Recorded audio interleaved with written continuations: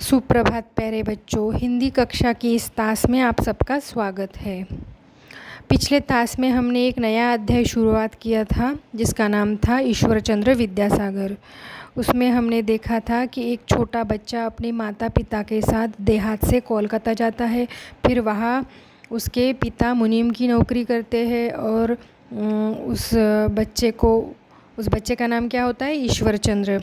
फिर उसे स्कूल में दाखिला दिया जाता है।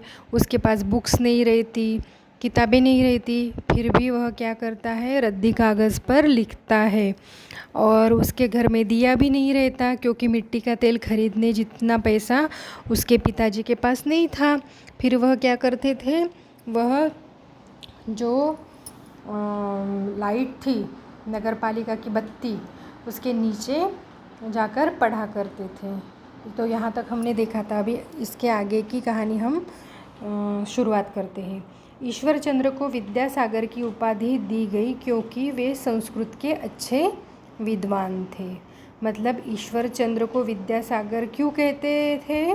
क्योंकि वह संस्कृत भाषा जो है उसके विद्वान थे। मतलब संस्कृत भाषा में उन्होंने अपनी पढ़ाई की थी और फिर उसमें वह एकदम अच्छे थे, इसलिए उनको विद्यासागर की उपाधि दी गई थी। कोलकाता मदरसे में, जो कि अंग्रेज़ सरकार द्वारा चलाई जाने वाली संस्था थी, उन्हें शिक्षक बनाया गया। फिर उनकी पढ़ाई ख़त्म हुई और फिर उनके पास अच्छा संस्कृत का ज्ञान था, इसलिए कोलकाता के मदरसा मतलब एक प्रकार की स्कूल जो अंग्रेज़ सरकार द्वारा चलाई जाए। तब अंग्रेज़ों का राज था हमारे भारत के ऊपर, तो वह संस्था अंग्रेज़ों के द्वारा चलाई जाती थी। तो वहाँ पे उनको शिक्षक की नौकरी दी गई। वेतन तो अच्छा मिलता था, लेकिन ईश्वरचंद्र विद्यासागर पैसे जोड़ने में रुचि नहीं रखते थे। उन्हें जो पगार मिलती थी, पगार माने वेतन का अर्थ होता है पगार, जो मिलती थी वह बहुत अच्छा था उनका वेतन, लेकिन उनको वह पैसा जोड़ कर नहीं रखते थे। वह क्या करते थे? वह गरीब बच्चे जो थे, जिनके पास पैसे नहीं होते थे, जिनकी पढ़ने की इच्छा होती थी लेकिन पैसे नहीं होते थे, ऐसे बच्चों की वह क्या करते थे? फ़ीस दे देते थे। अपने पास जो भी पैसा उनके पास बचता था उसकी वह उन बच्चों की फ़ीस भर के वह पैसा अच्छे कामों में व्यय करते थे। उन्हें अपने पास रखकर पढ़ाते थे और उनका सारा खर्चा भी स्वयं करते थे। मतलब वो बच्चों को क्या करते थे? जिनके पास पढ़ने की जिनकी क्षमता थी लेकिन उनके पास पैसे नहीं थे, उन बच्चों की वह फ़ीस भरते थे और उनको अपने पास ही रखते थे वो, और उनका सारा खर्च, मतलब उनके लिए जो किताबें चाहिए होती है, जो यूनिफॉर्म, कपड़े, खाना पीना, यह सब खर्चा वह अपने पैसे से करते थे।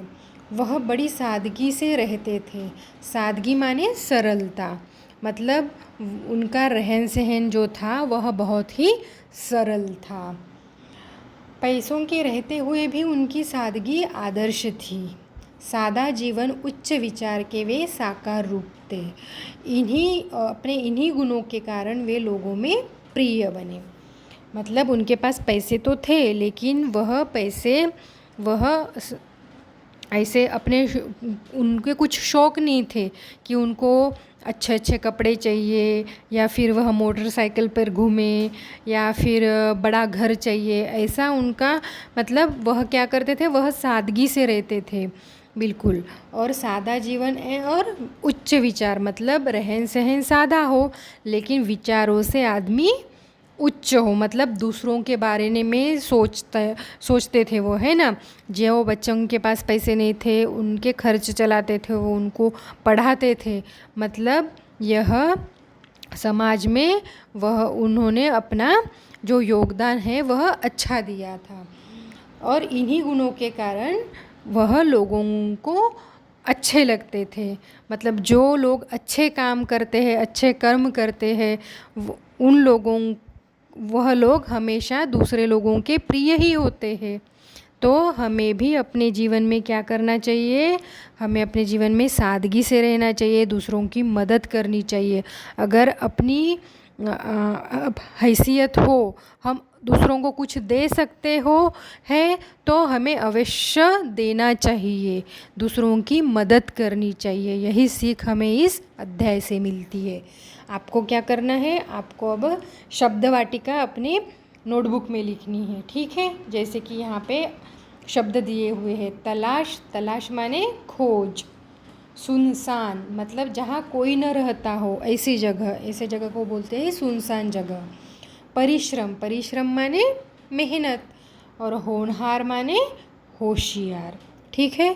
तो यहाँ पे हमारा यह 7वां अध्याय समाप्त होता है और अगले तास में हम इसके प्रश्नोत्तर करेंगे, ठीक है। तब तक के लिए बाय, धन्यवाद।